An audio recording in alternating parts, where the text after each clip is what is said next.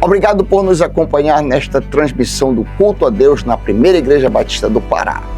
Somos uma igreja que expõe a palavra de Deus e cremos que a Bíblia é inerrante, infalível e suficiente para nos tornar mais parecidos com Jesus.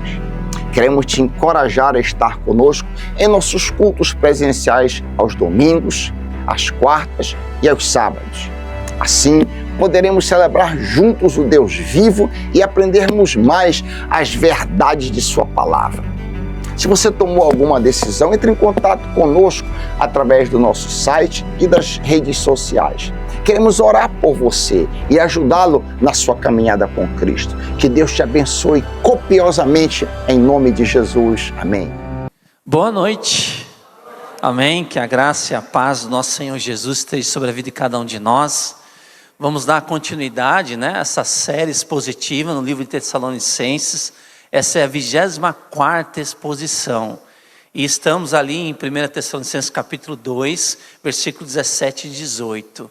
E quando nós olhamos para a vida do apóstolo Paulo, nós percebemos esse gigante espiritual tão usado pelo Senhor na sua época, Foi um homem onde Deus escolheu, salvou, justificou, transformou ele, e a partir dali ele faz parte desse serviço ao Senhor, plantando igrejas em tantas e tantas regiões. Realmente foi um homem que foi uma ameaça para o reino das trevas. E Deus usou ele e a sua equipe ministerial para fazer grande diferença em sua época. E aqui nós vamos dar continuidade a essa parte 3, Deus permitiu.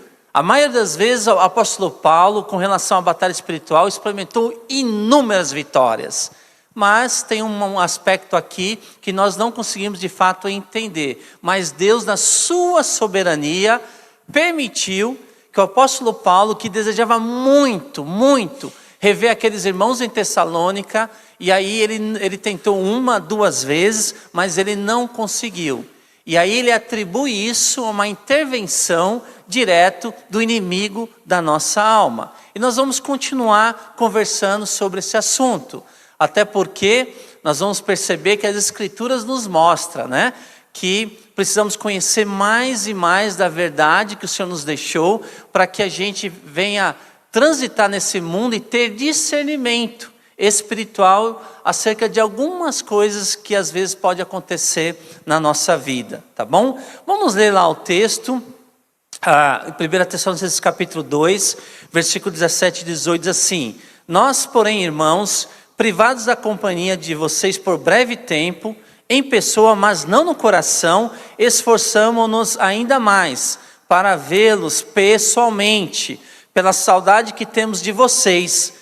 Quisemos visitá-los, eu mesmo, Paulo, quis, e não apenas uma vez, mas 2. Satanás, porém, nos impediu.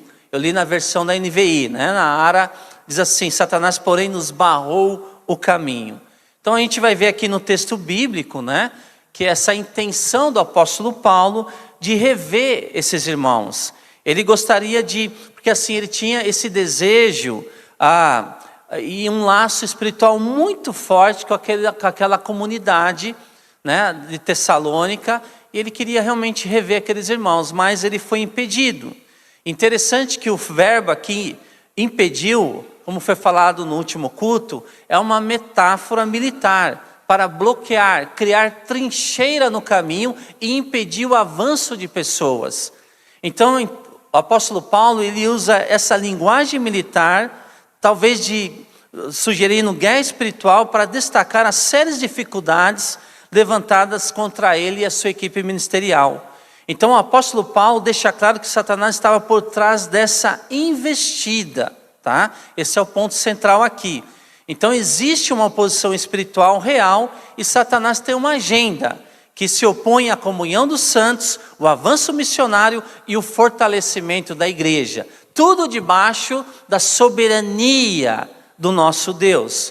Então, o Dr. Russell Shedd, ele mais ou menos define algumas oposições espirituais, ou especialmente o termo batalha espiritual dessa forma. Ele fala o seguinte, que a batalha espiritual propõe uma luta contra um inimigo muito poderoso, mas não todo poderoso, ok?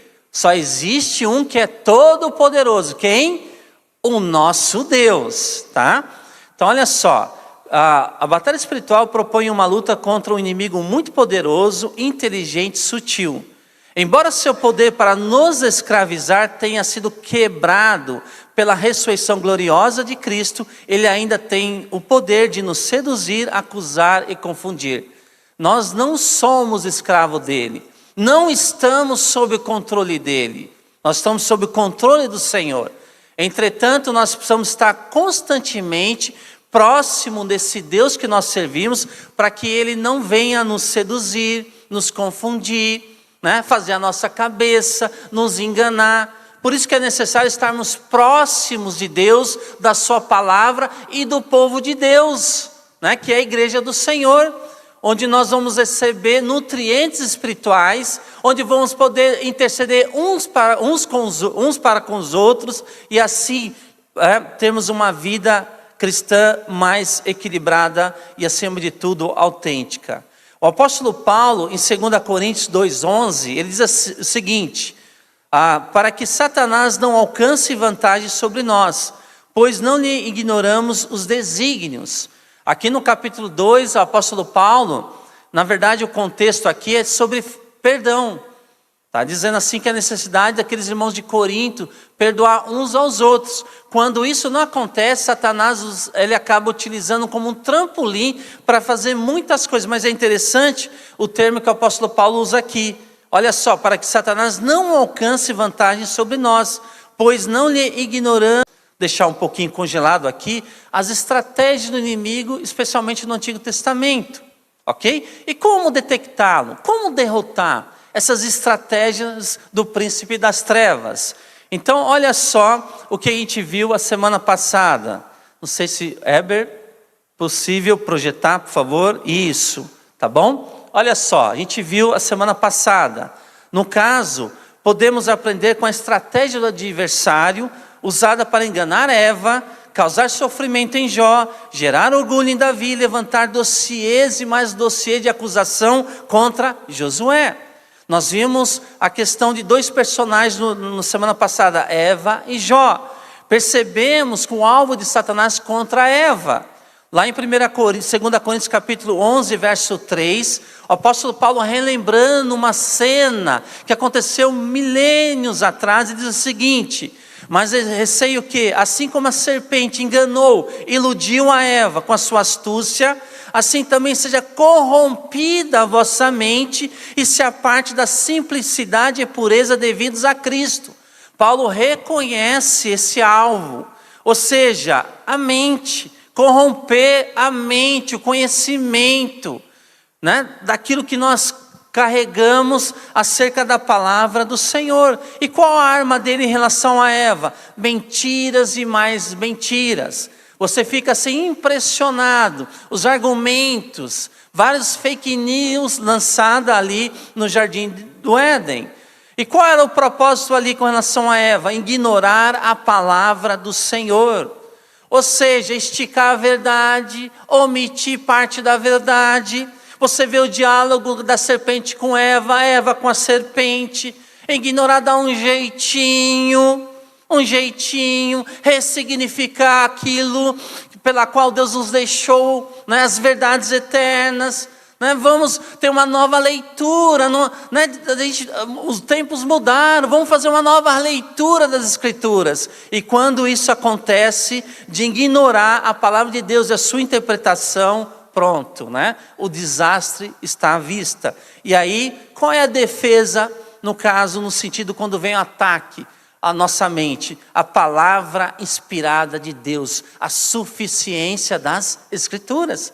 Percebe a importância que devemos dar à palavra do Senhor? Conhecer a palavra do Senhor, estudar a palavra do Senhor, memorizar a palavra do Senhor, porque vai ter momentos onde você precisa estar armado, e na sua arma tem que ter bala, e a bala são versículos memorizados da palavra de Deus, para que você use isso de uma forma bastante eficiente.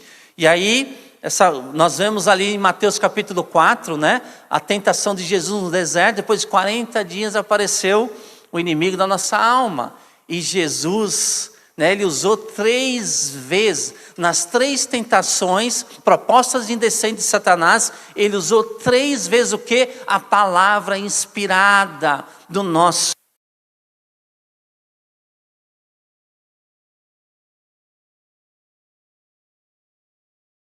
de Jó. Imagina, né? Que tragédia, perdeu os filhos no mesmo dia, perdeu os seus bens, perdeu os seus empregados, né?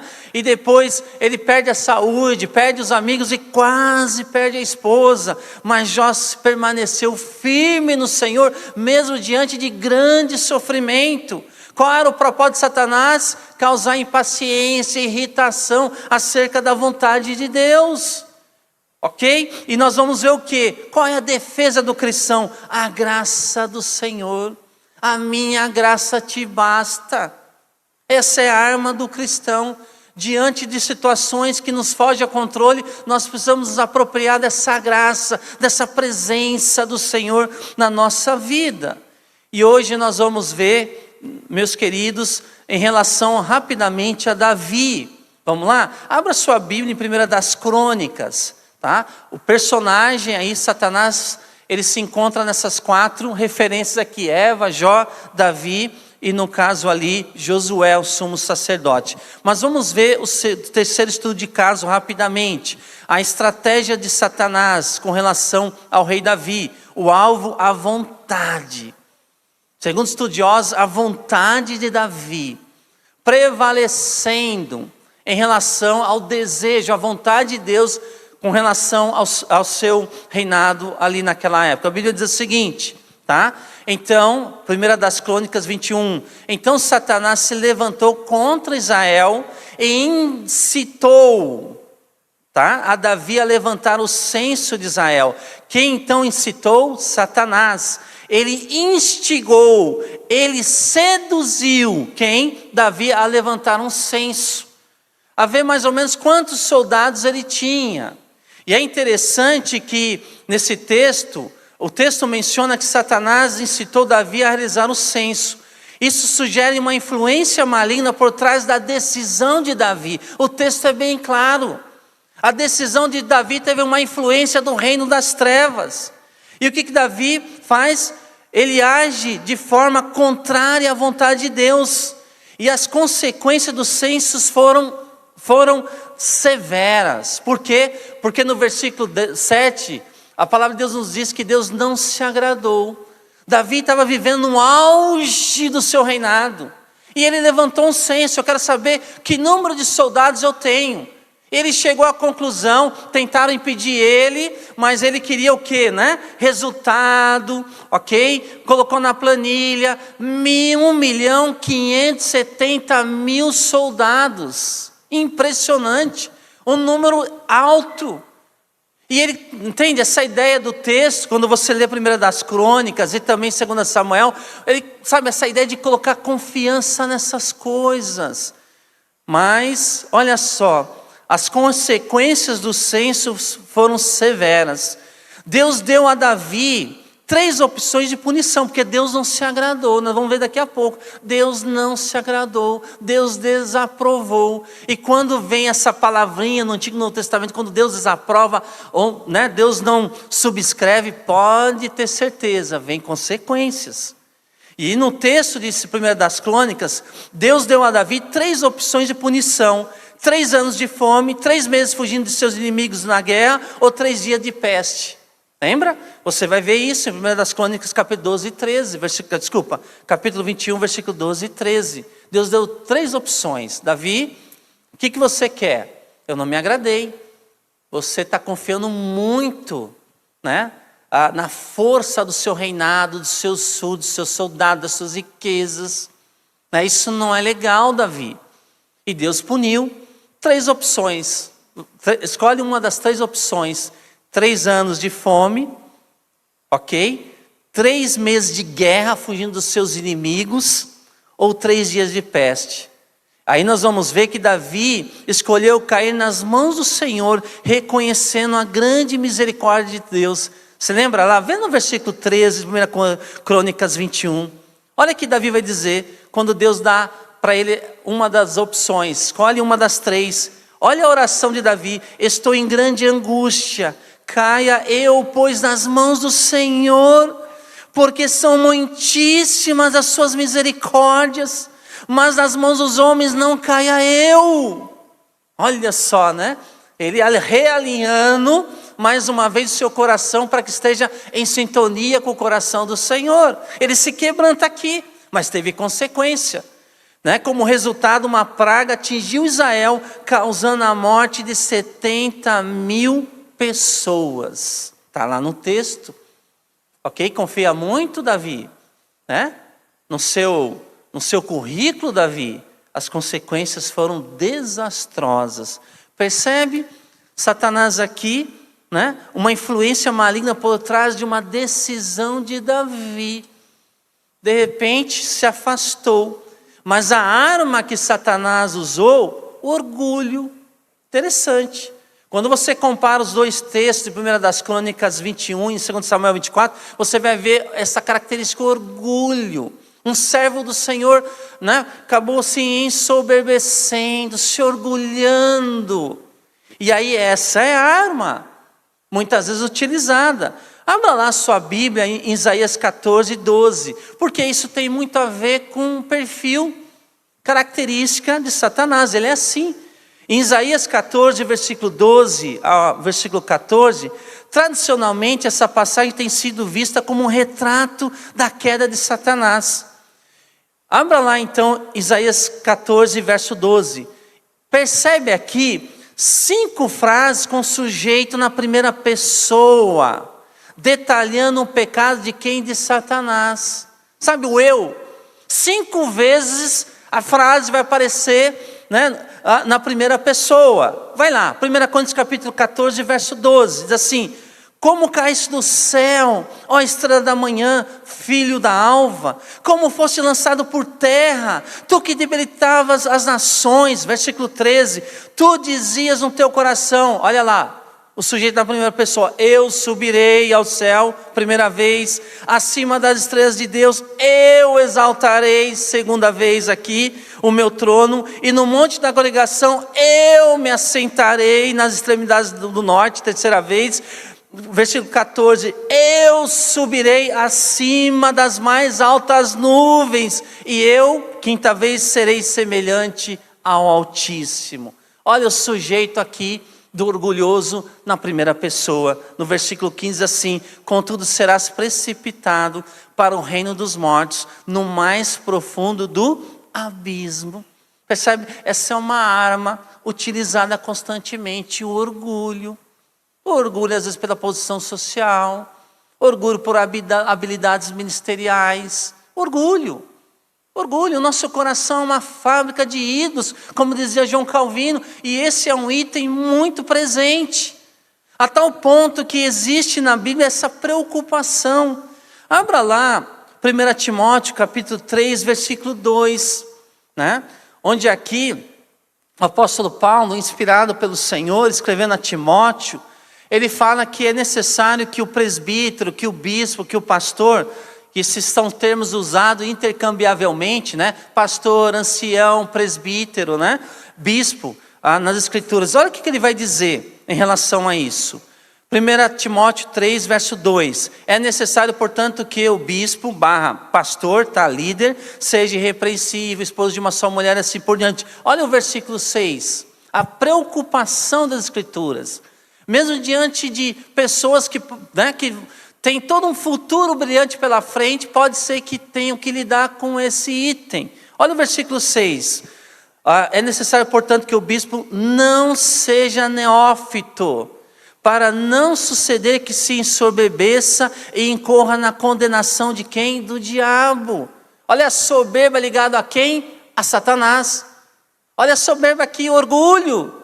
Então veja, a preocupação do Espírito Santo em relação à instituição de liderança, tá?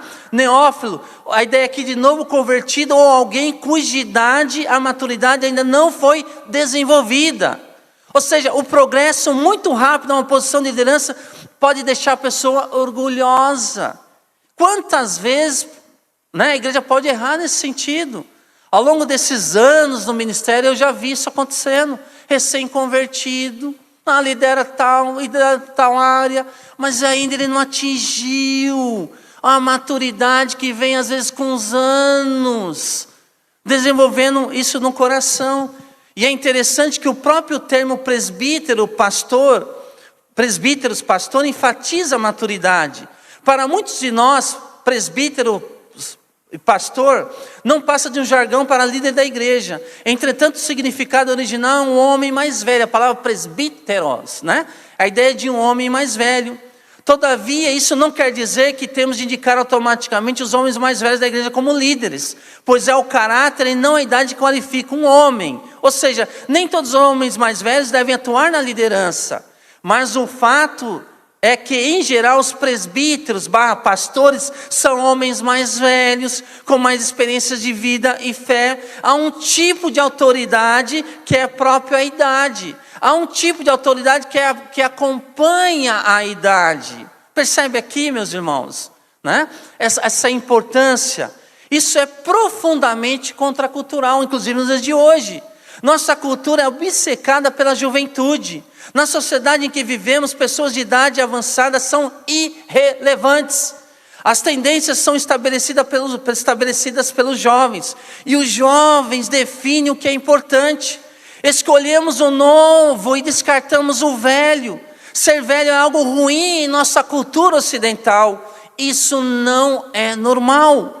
Nunca foi assim nas páginas das Escrituras. A Bíblia insiste na atitude de respeito e interdependência entre essas faixas etárias. Inclusive em Provérbios 16:31 diz assim: o cabelo grisalho é uma coroa de esplendor. Lá em Provérbios 23:22 diz assim: ouça o seu pai que o gerou, não despreze sua mãe quando ela envelhecer. Então essa atitude em relação ao envelhecimento é contracultural no Ocidente. Mas aprendemos nas Escrituras que devemos ser contraculturais quando o Evangelho se opõe à cultura. Irmãos, todos nós precisamos de outra geração mais do que imaginamos. Mais do que imaginamos. Como eu louvo a Deus no início do meu ministério, de professores inculcaram isso na minha mente. Sair do seminário, gruda em homens mais velhos. Você precisa da geração anterior muito mais do que você imagina. Muito mais do que você imagina. E se você que é criança aqui, é junior, adolescente, jovem, preste atenção. Grude em pessoas mais velhas. Na Bíblia, homens e mulheres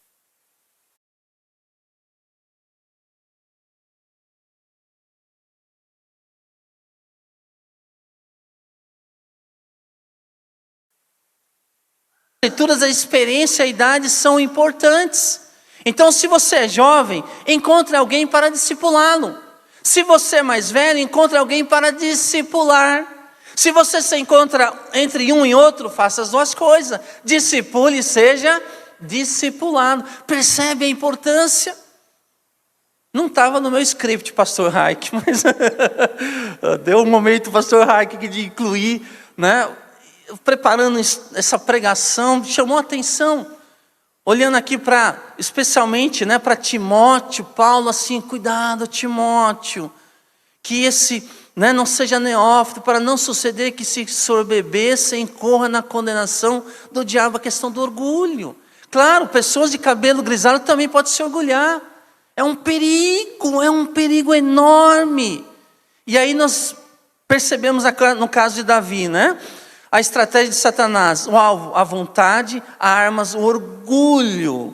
Percebe aqui em Isaías 14:12, 5 frases com o sujeito na primeira pessoa, eu, no texto bíblico. Né? Infelizmente, a queda foi feia. Quanto mais eu reinar no coração de alguém, pode ter certeza, a queda vai ser muito maior, como aconteceu aqui. Qual o propósito que a gente vai ver aqui com relação a Davi, né? Olha só, independência da vontade de Deus. No versículo 7 de 1 Crônicas 21, tudo isso desagradou a Deus, pelo que feriu a Israel. Deus se não se contentou com essa vontade de Davi. Não consultou Deus. Ok? Essa é uma estratégia do inimigo. Infelizmente. E como detectá-lo e derrotá-lo? A gente precisa ter discernimento através do Espírito Santo e da sua palavra. Qual é a defesa que todos nós temos? Qual é a defesa, meus irmãos? A defesa é o Espírito de Deus que habita em nós. Você que tem a marca do Cordeiro, você não apenas foi selado pela terceira pessoa da Trindade, o Espírito Santo, mas ele habita em você. Vamos abrir em Gálatas capítulo 5, versículo 16. Olha o que diz o texto da palavra do Senhor. Diz assim: o Espírito de Deus que habita em nós, Gálatas 5, 16, 25. Por isso digam, vou ler na NVI, tá bom?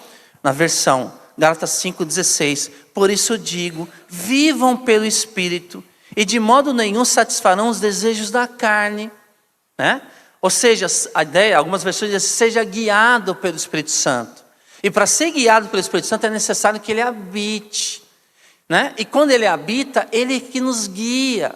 E ele nos guiando, nós vivemos o quê? Pelo Espírito. E com isso não vamos satisfazer o nosso orgulho, o nosso ego. A gente não vai passar a mão de forma alguma. Então veja, meus irmãos, né, no versículo 17. Pois a carne deseja o que é contrário ao Espírito. A carne deseja, ela tem uma vontade que é diferente do Espírito que habita em nós. O que o apóstolo Paulo está dizendo aqui é que existe uma guerra civil em nosso interior. A nossa carne, a nossa natureza tenta prevalecer com o Espírito Santo que habita em nós. Ela se opõe. E muitas vezes nós resolvemos deixar que a nossa vontade, a nossa natureza decaída tome decisões a parte daquilo que o Senhor deseja para nós. Então veja, versículo 17, pois a carne deseja o que é contrário ao Espírito, o Espírito que é contrário à carne. Eles estão em conflito um com o outro, e isso é todo dia, inclusive no horário do culto. Existe esse conflito, a carne e o Espírito. Veja, de modo que vocês não fazem o que desejam, mas se vocês são guiados pelo Espírito, não estão debaixo do quê? Da lei. E aí ele continua, olha só, quando uma pessoa é dirigida pela sua própria vontade, né? Quando a sua própria vontade, ele vai listar aqui as obras da carne, são manifestas: imoralidade sexual, impureza, libertinagem, idolatria e feitiçaria, ódio, discórdia, ciúmes, ira, egoísmo, dissensões, facções, versículo 21, inveja, embriaguez, orgias e coisas semelhantes. Eu os advirto, como antes já os adverti, aqueles que praticam essas coisas não herdarão o reino de Deus. Percebe? Essas são características de quem é controlado, deixa-se controlado pela vontade própria, que leva ao orgulho e tantas outras características negativas. E Paulo vai mostrar o oposto disso no versículo 22. Mas o fruto do Espírito é amor, alegria, paz, paciência, amabilidade, bondade, fidelidade, mansidão e domínio próprio. Característica de quem, né, está sendo dirigido, pelo próprio Espírito de Deus que habita a vida de quem tem a marca do Cordeiro. E Paulo diz assim: contra essas coisas não há lei. Os que pertencem a Cristo Jesus crucificaram a carne com as suas paixões e seus desejos e suas vontades. Estão debaixo da cruz de Cristo. Se vivemos pelo Espírito, andemos também pelo Espírito. Essa é a receita que nós encontramos aqui no texto da palavra do Senhor. Ok? Com relação a Davi, atingiu a vontade dele. Ele resolveu ter uma carreira solo, né? E Satanás usou o quê? O orgulho, as suas conquistas. E aí, o resultado a gente viu. Mas, da mesma forma como Davi, podemos cair nesse erro e precisamos estar bem próximo do Senhor. Ok? Deixar que o Espírito de Deus possa guiar o nosso pensar, o nosso falar, o nosso caminhar, o nosso cantar, aquilo que vai nas nossas redes sociais, naquilo que você ouve durante o dia, aquilo que você assiste, aquilo que você ouve. Como é importante deixarmos isso na mão do nosso Deus, ok? Então, o terceiro personagem aqui, no caso, foi Davi, a estratégia de Satanás. O último estudo de caso, rapidamente, o sumo sacerdote Josué, ok? Olha lá em Zacarias, é penúltimo livro do Antigo Testamento, tá? Antes de chegar em Mateus, tem lá Malaquias, antes é Zacarias, tá bom? Olha só no capítulo 3, versículo de 1 a 10, a cena é um tribunal celestial aqui, entendeu? Olha só, quais são os personagens nesse texto? Primeiro é o próprio profeta Zacarias. O profeta é observador a quem esta visão é revelada. Ele narra a cena começando com Deus me mostrou, no versículo 1, Zacarias 3:1, Deus me revelou, Deus me mostrou. E aí ele começa a relatar o que Deus mostrou a ele. Uma cena de um tribunal, ok, celestial, retrata essa cena.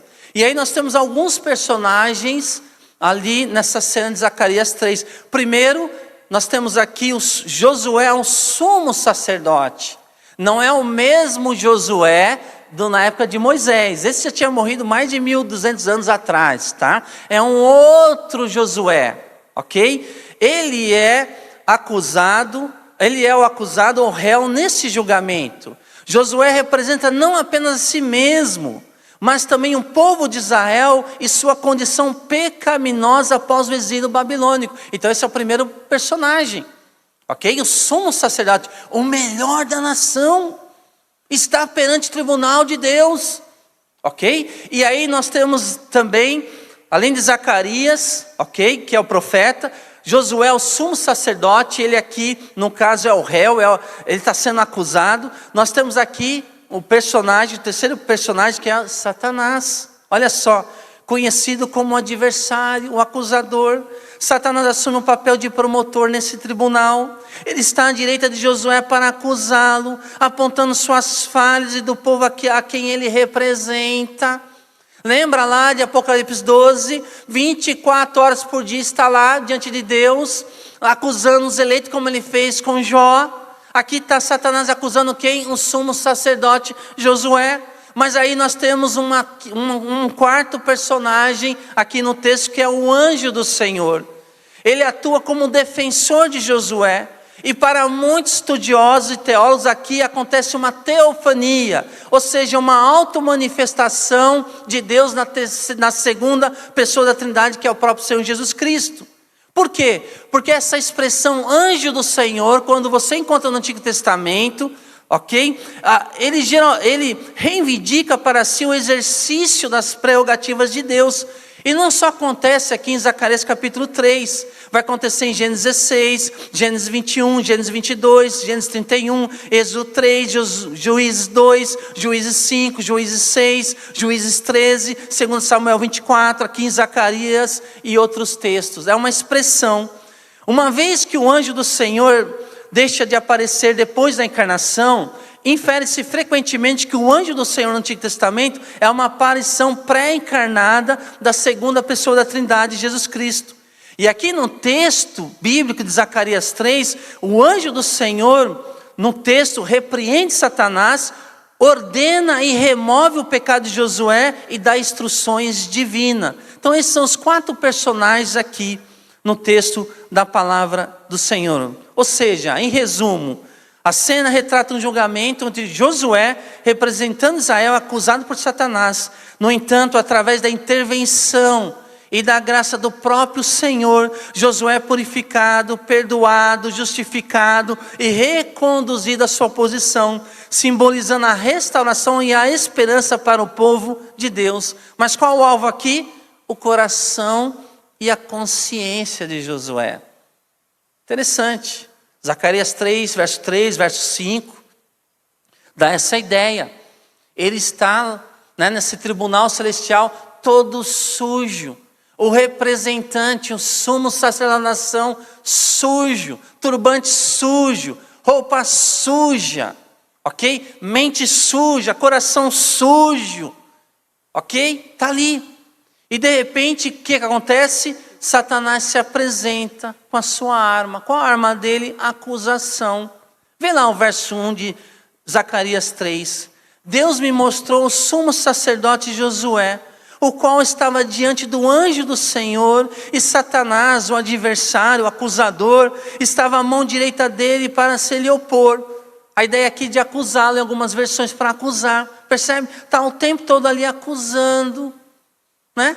Acusando, olha, não é bem isso, né? A listinha suja.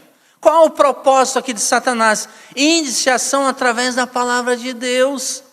Não, esse sumo sacerdote não está com nada. Ele falou que ia orar pelo povo e não orou, tá vendo? Mentiu, tá vendo? Esse sumo sacerdote cobiçou o melhor da nação de Israel. O sumo sacerdote tem uma lista de iniquidade, porque o Satanás é assim, né?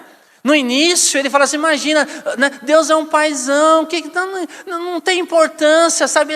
Esse fletar com o pecado não tem importância, imagina, Deus é um paizão, ele vai perdoar. E quando a pessoa dá ouvido a Satanás e peca, porque ele começa a acusar. Seu miserável, de novo você teve recaída, tá vendo? Não adianta ir para a igreja, você pediu perdão a Deus, de novo recaiu. Quem é você para estar no coral? Quem é você para evangelizar? Você não está com essa moral toda. É assim que ele faz, ele indicia, ele usa a palavra do Senhor para de noite nos acusar. É assim que ele faz. Mas qual é a nossa defesa, meus irmãos? Qual é a nossa defesa? E aqui nós vamos ver, por questão de tempo, você pode ler na sua casa, tanto em Zacarias 3, 2, 9, esse anjo do Senhor, essa teofania, mostrando, né, essa pré-encarnação, terceira pessoa da Trindade, Jesus Cristo, essa interferência de Jesus, justificando graciosamente o sumo sacerdote, essa cena celestial. E nós vamos ver aqui em 1 João capítulo 2, verso 1 e 2. Abra lá 1 de João capítulo 2, de 1 a 2. Qual é a nossa defesa? Temos defesa? Temos. Qual? A intercessão do Filho de Deus. Nós temos um advogado, como Josué, o sumo sacerdote tinha na sua época, o anjo do Senhor. Nós temos um sumo sacerdote. Nós temos. Olha só o que diz 1 João 2, verso 1 e 2. Filhinhos meus, né? O apóstolo João é um coração, diferente de Pedro, né? Já dava aquelas budoadas, né? Olha, João, filhinhos meus, essas coisas eu vos escrevo para que não pequeis. Você não precisa ficar pecando, você não precisa cair recorrentemente nessa iniquidade, mas se todavia alguém pecar, temos advogado junto ao Pai, Jesus Cristo justo. Temos um advogado perante Deus. Olha só no verso 2, e Ele é a propiciação pelos nossos pecados. Qual a ideia aqui de propiciação? É que o sacrifício perfeito de Deus, de Cristo Jesus, apaziguou. Cristo apaziguou a justiça de Deus Pai. Deus ficou satisfeito através da obra terminada do seu Filho na cruz do Calvário. E Ele é a propiciação pelos nossos pecados, não somente pelos nossos pecados, mas ainda pelos do mundo inteiro. Esse é o Jesus que nós servimos. Essa é a nossa defesa. Se de repente vacilou, errou, pecou, se arrependa. Um coração arrependido, sabe, isso alegra o coração do Senhor e se levante.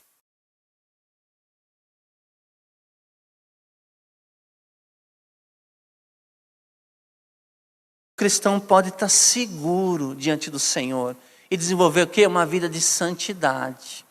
Cada dia mais crescendo em santidade, vencendo pecados escravizadores, hábitos nocivos, hábitos escravizadores. Através de Cristo Jesus a gente consegue neutralizar, para que a gente não dê a Satanás um trampolim para poder estar nos prejudicando, enfraquecendo a nossa vida. Mas essa é a estratégia do inimigo da nossa alma. Percebe aqui as armas, a mente. Alvo de Satanás, a mente, o corpo, a vontade, o coração e a consciência. A nossa defesa, a palavra inspirada de Deus, a suficiência das Escrituras. Jamais negocie isso. Se for tirar coisa da sua agenda, jamais tire um momento devocional seu com o Senhor, com a sua família, não abra mão. Essas são as armas, a palavra inspirada de Deus, a graça de Deus sobre nós, o Espírito de Deus que habita em nós e a intercessão do Filho, Deus Filho perfeito em nosso favor. Amém? Que o Senhor nos ajude, né? Como tem sido falado aqui, maior o que está em nós do que o que está lá fora. O inimigo, amém? Deus nos abençoe a todos nós.